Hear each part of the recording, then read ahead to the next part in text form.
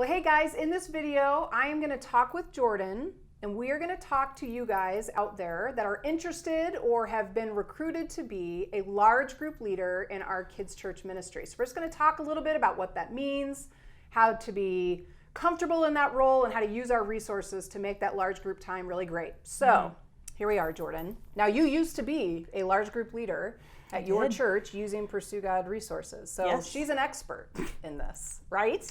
Wouldn't go that far, but But you were great at it. yeah, I had a good time. Okay, so let's start by just answering the question for these guys as they're preparing to be large group leaders. What's the benefit of having a large group time? Okay, so the most obvious reason to me is that it's fun. Okay. You know, kids want to have fun. They don't want to go. It is like school, kids' churches, but it's not school. There has to be that fun element. Coming together and singing songs, if you decide to do that, and just talking about the memory verse, watching the video all together, it's so fun for them. So it's a different energy. Yes, definitely different energy. Yeah, and I think that what I've seen, at least in our church context, is it's kind of splits up the time a little bit. When you say, you know, the kids start in a classroom and they come to large group, it's a different energy, different focus, and then they can come back to class. Yeah, no, it definitely, I think it honestly helps the kids concentrate better because, you know, they're young. They're used to having recess and different things. And so when they have that opportunity, it's exciting. You know, line up at the door. We're gonna go to large group. You know, they're like, ooh, this is gonna be fun. And then they can come back and they're ready to talk more about the lesson they just learned in large group. Okay, good. Okay, so what is the role of the large group leader for people that are getting ready to do this themselves? What do they need to keep in mind? What's their job? What's their role? Yeah, so honestly, I would say the number one thing to keep in mind, kind of going along with it, large group is fun, is to make a fun, engaging environment for the kids. And I mean, that doesn't mean that out of your friend group, you're the most outgoing person in your friend group. Anyone can be a large group leader. You know, we provide resources and different things.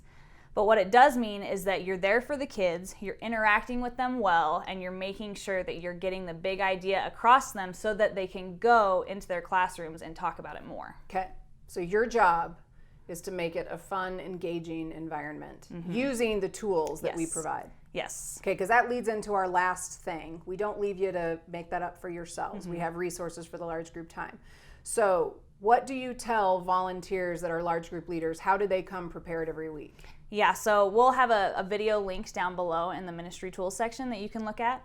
But basically I say make sure you're looking at that script for a large group before the service. I mean, you really, for this kind of role, you really can't just show up and wing it. You know, you gotta know where the lesson is going. You have to sometimes think up stories and examples, which are fun. You know, it helps you relate to the kids, but it does take preparation during the week. Okay. So we will link a video down below. It's really important. Jordan's going to walk through what our large group script will look like, and you'll explain what each element is, right? Yes, definitely. Now, there is an important caveat that I think is good to let people know about the worship music. What would you say about how do we help them with worship if they want to add that as part of their time? Yeah, so it's not a necessary element. I know that can be very uncomfortable for people. Right? Yeah, especially if there's dancing involved, and you know, someone might say, you know, I've never held a tune in my life. Like, how can I lead kids in worship?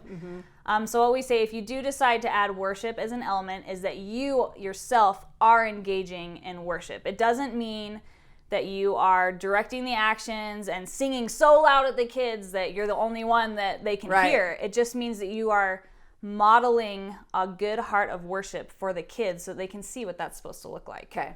And you could also ask kids to come up and help you, right? That always kind of takes some of the pressure off. I did that a lot. Yeah. But one of the things, Jordan will mention this in the other video that walks through the script, but it is important to know that Pursue God does not own the rights to worship songs, so we have to buy those from other sites. So we could link a site that we use, but you'll have to buy your own worship music to add that into your script. Yes. And then we also provide slides, which Jordan will talk about, that you can have a visual presentation of what is in the script too. Okay. And those are free. And those are all free. That's right. Okay, so the end of all be all is just, if you want to be a large group leader and you want to do it well, read your script, come prepared, and have fun. Yep, have fun. No other requirements. Nope, nothing else. Okay, you're ready to go. I hope this video is helpful, and have a great time leading your large group in your kids' church ministry.